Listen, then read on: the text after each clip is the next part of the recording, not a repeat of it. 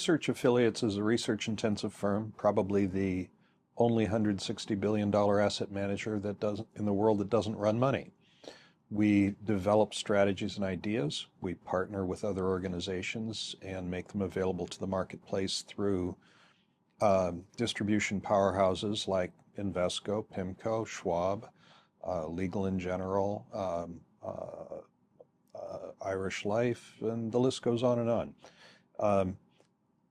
We're best known for our work in global asset allocation and in what's called smart beta. Smart beta originally was defined as strategies that are quantitative, disciplined, and break the link between the price of a stock and its weight in the portfolio, and thereby eliminate the assured tendency of overweighting the overvalued and underweighting the undervalued. Our fundamental index was in fact the inspiration for the term smart beta.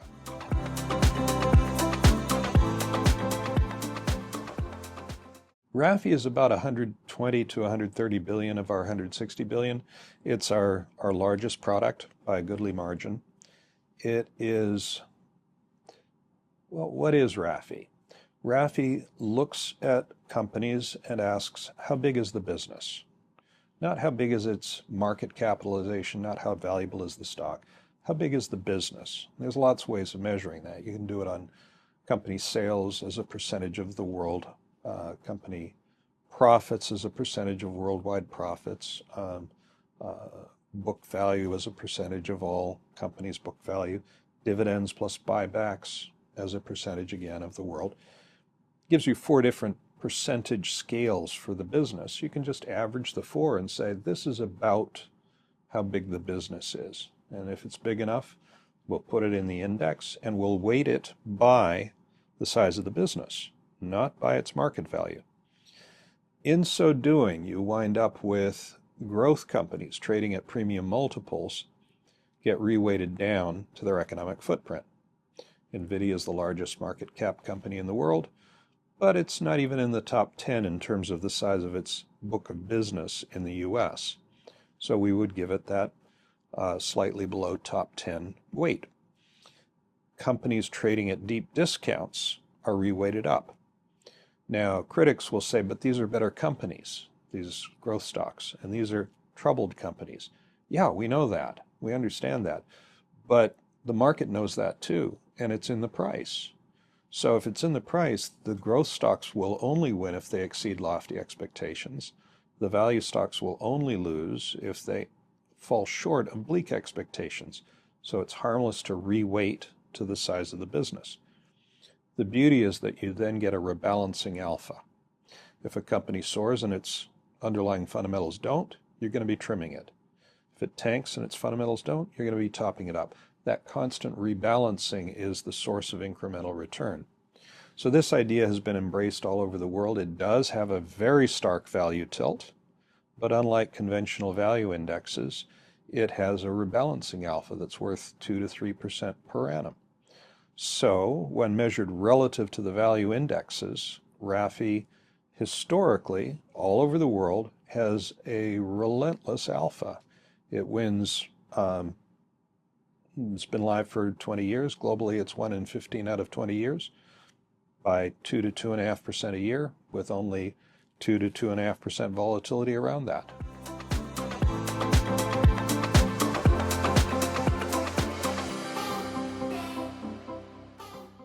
RAFI and equal weight have the same alpha engine.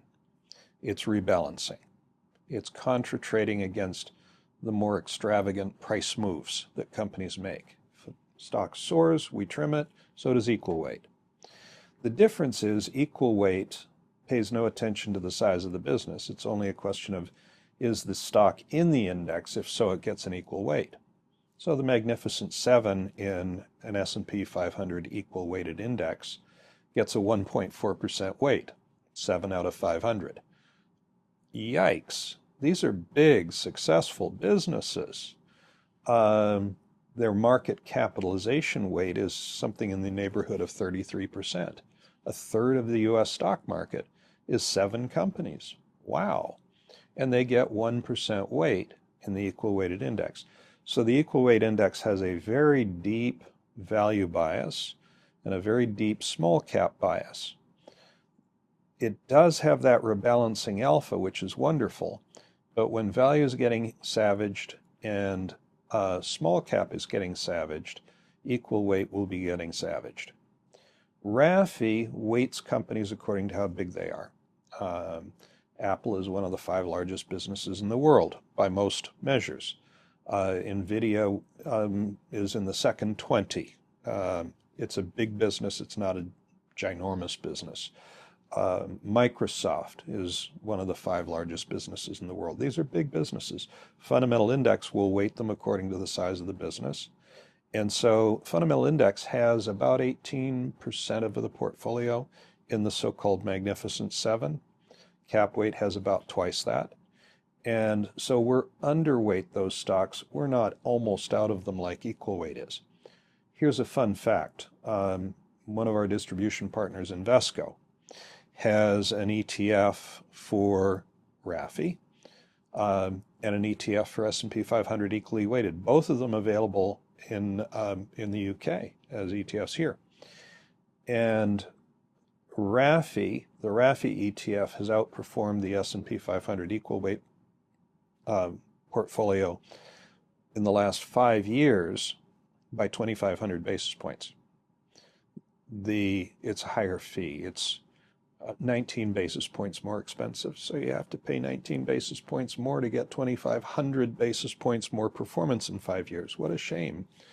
But in any event, all joking aside, equal weight is a cool idea from the vantage point of the rebalancing alpha, a naive and simplistic idea in terms of index construction. You're either in or you're out. The weighting scheme is in or out. That's it. And with us, it's scaled according to the size of the business.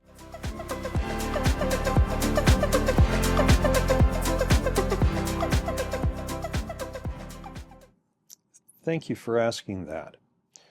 We are launching a systematic active equity strategy, which is an enhanced version of fundamental index. Fundamental index chooses companies based on how big the business is, weights them on how big the business is, and the Achilles heel of fundamental index is value traps. If a stock is headed to zero, we're going to be topping it up again and again and again, buying it all the way to zero. That hurts performance, obviously, but it also gives us a black eye when it happens. What if you simply take fundamental index and you filter out the companies that have low quality scores? Use profit margins, debt equity ratios, other red flags to get rid of low quality companies. Use momentum to get rid of companies that are in free fall. Use value metrics to get rid of companies at frothy multiples. Palantir peaked at 140 times sales. Never mind how many scores of hundreds of times earnings it had.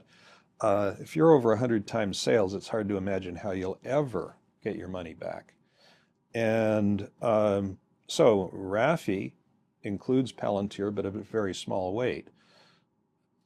Systematic active equity says, come on, at those valuation multiples, don't own it. And so we get rid of the frothy bubble stocks and the value traps. That is going to be available in the very near future in the UK market. We're also doing work on reinventing the way cap-weighted indexes are constructed. Instead of buying stocks when they're frothy and high multiple and popular and extravagantly expensive, and dumping companies when they're deeply out of favor and dirt cheap, we're just going to wait until the size of the business validates that price surge. Choose companies based on the size of the business and then cap weight it. And that's been live for 4 years. It's beat MSCI ACWI by over 100 basis points a year.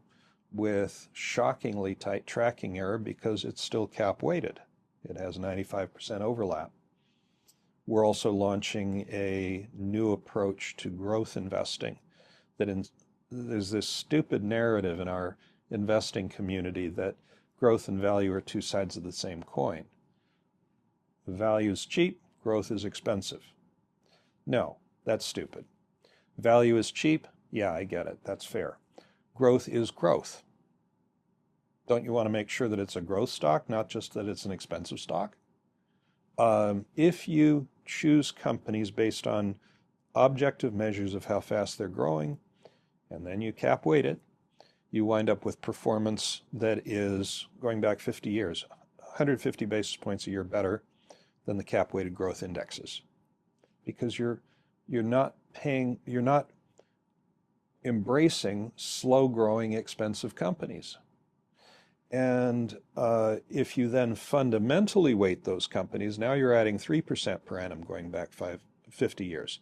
So these are some very, very exciting new ideas. I would just say watch this space. Over the next year or two, we're going to be rolling out some very exciting new ideas.